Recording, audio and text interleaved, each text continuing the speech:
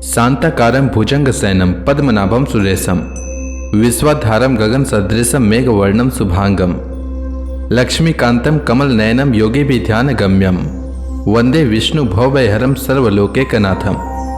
मंगलम भगवान विष्णु मंगलम गरुड़ध्वज मंगलम पुंडरीकाक्ष मंगलाय तनोहरि। ओम नमो भगवते वासुदेवाय। आज का दिन आप सभी के लिए मंगलमय हो। आज पौष महीने का 7वां दिन है।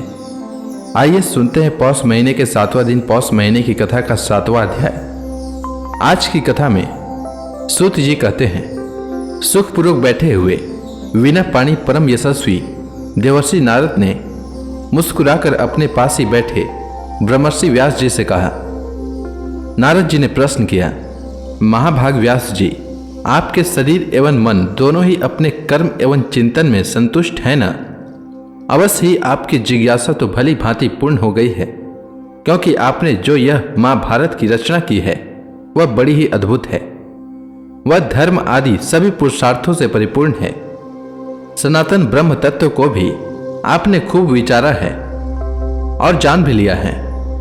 फिर भी प्रभु, आप अकृतार्थ पुरुष के समान अपने विषय में शोक क्यों कर रहे हैं? व्यास जी ने कहा, आपने मेरे विषय में जो कुछ कहा है वह सब ठीक ही है। वैसा होने पर भी मेरा हृदय संतुष्ट नहीं है। पता नहीं इसका क्या कारण है। आपका ज्ञान अगाध है। आप साक्षात ब्रह्मा जी के मानस पुत्र हैं, इसलिए मैं आपसे ही इसका कारण पूछता हूं। नारद जी, आप समस्त गोपनीय रहस्यों को जानते हैं, क्योंकि आपने उन पुराण पुरुष की उपासना की है जो प्रकृति पुरुष दोनों के स्वामी हैं और असंग रहते हुए ही अपने संकल्प मात्र से गुणों के द्वारा संसार की सृष्टि, स्थिति और प्रलय करते रहते हैं। आप सूर्य की भांति तीनों लोकों में भ्रमण करते रहते हैं और योग बल से प्राणवायु के समान सबके भीतर रहकर अंतःकरणों के साक्षी भी हैं। योगानुष्ठान और नियमों के द्वारा परब्रह्म और शब्द ब्रह्म दोनों की पूर्ण प्राप्ति कर लेने पर भी मुझ में जो बड़ी कमी है उसे आप कृपा करके बतलाइए। नारद जी ने कहा, व्यास जी, आपने भगवान के निर्मल यश का गान प्रायः नहीं किया। मेरी ऐसी मान्यता है कि जिससे भगवान संतुष्ट नहीं होते वह शास्त्र या ज्ञान अधूरा है। आपने धर्म आदि पुरुषार्थों का जैसा निरूपण किया है, भगवान श्री कृष्ण की महिमा का वैसा निरूपण नहीं किया। जिस वाणी से, चाहे वह रस भाव अलंकार आदि से युक्त ही क्यों न हो, जगत को पवित्र करने वाले भगवान श्री कृष्ण के यश का कभी गान नहीं होता। वह तो कौओं के लिए उच्छिष्ट फेंकने के स्थान के समान अपवित्र मानी जाती है। इसके विपरीत, जिसमें सुंदर रचना भी नहीं है और जो दूषित शब्दों से युक्त भी है, परंतु जिसका प्रत्येक श्लोक भगवान के सुयश सूचक नामों से युक्त है, वह वाणी लोगों के सारे पापों का नाश कर देती है, क्योंकि सत्पुरुष ऐसी ही वाणी का श्रवण गान और कीर्तन किया करते हैं। वह निर्मल ज्ञान भी जो मोक्ष की प्राप्ति का साक्षात साधन है, यदि भगवान की भक्ति से रहित हो तो उसकी उतनी शोभा नहीं होती।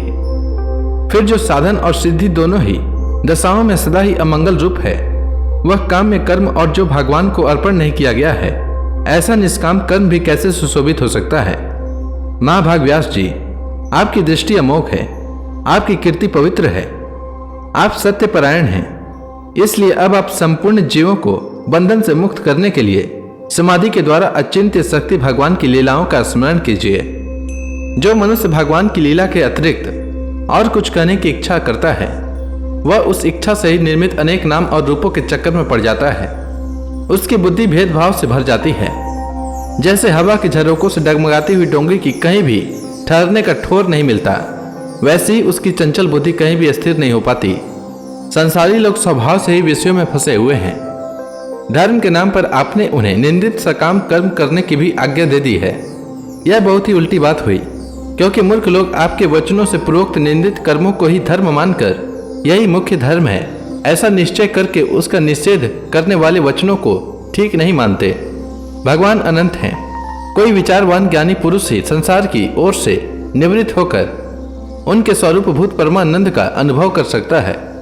अतः जो लोग परमार्थिक बुद्धि से रहित हैं और गुणों के द्वारा नचाए जा रहे हैं, उनके कल्याण के लिए ही आप भगवान की लीलाओं का सर्वसाधारण के हित की दृष्टि से वर्णन कीजिए। जो मनुष्य अपने धर्म का परित्याग करके भगवान के चरण कमलों का भजन सेवन करता है, भजन परिपक्व हो जाने पर तो बात ही क्या है। यदि इससे पूर्व ही उसका भजन छूट जाए तो क्या कहीं भी उसका कोई अमंगल हो सकता है। परंतु जो भगवान का भजन नहीं करते और केवल स्वधर्म का पालन करते हैं, उन्हें कौन सा लाभ मिलता है। बुद्धिमान मनुष्यों को चाहिए कि वह उसी वस्तु की प्राप्ति के लिए प्रयत्न करे जो तिनके से लेकर ब्रह्मा पर्यंत समस्त ऊंची नीची योनियों में कर्मों के फल स्वरूप आने जाने पर भी स्वयं प्राप्त नहीं होती। संसार के विषय सुख तो जैसे बिना चेष्टा के दुख मिलते हैं, वैसे ही कर्म के फल रूप में अचिंत्य गति समय के फेर से सबको सर्वत्र स्वभाव से ही मिल जाते हैं। व्यास जी, जो भगवान श्री कृष्ण के परम भक्त हैं, वह भजन न करने वाले कर्मी मनुष्यों के समान देवात कभी बुरा भाव हो जाने पर भी जन्म मृत्यु में संसार में नहीं आते। वह भगवान के चरण कमलों के आलिंगन का स्मरण करके फिर उसे छोड़ना नहीं चाहते। उसे रस का चस्का जो लग चुका है, जिनसे जगत की उत्पत्ति, स्थिति और प्रलय होते हैं, वे भगवान ही इस विश्व के रूप में भी हैं। ऐसा होने पर भी वे इससे विलक्षण हैं। इस बात को आप स्वयं जानते हैं, तथापि मैंने आपको संकेत मात्र कर दिया है। व्यास जी, पुरुषोत्तम भगवान श्री कृष्ण के प्रति समस्त कर्मों को समर्पित कर देना ही संसार की तीनों तापों की एकमात्र औषधि है। यह बात आप स्वयं भी जानते हैं। प्राणियों को जिस पदार्थ के सेवन से जो रोग हो जाता है, वही पदार्थ चिकित्सा विधि के अनुसार प्रयोग करने पर क्या उस रोग को दूर नहीं करता। इसी प्रकार यद्यपि सभी कर्म मनुष्यों को जन्म मृत्यु रूप संसार के चक्र में डालने वाले हैं, तथापि जब वे भगवान को समर्पित कर दिए जाते हैं, तब उनका कर्मपना ही नष्ट हो जाता है। इस लोक में जो शास्त्र विहित कर्म भगवान की प्रसन्नता के लिए किए जाते हैं, उन्हीं से परा भक्ति युक्त ज्ञान की प्राप्ति होती है। व्यास जी, आपका ज्ञान पूर्ण है। आप भगवान की कीर्ति का, उनकी प्रेममय लीला का वर्णन कीजिए। उसी से बड़े बड़े ज्ञानियों की भी जिज्ञासा पूर्ण होती है। जो लोग दुखों के द्वारा बार बार रौंदे जा रहे हैं, उनके दुख की शांति इसी से हो सकती है और कोई उपाय नहीं है।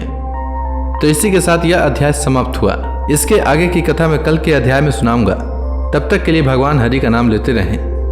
तो प्रेम से बोली भगवान विष्णु की जय, श्री कृष्ण भगवान की जय, लक्ष्मी माता की जय, तुलसी माता की जय, समस्त देवी देवताओं की जय।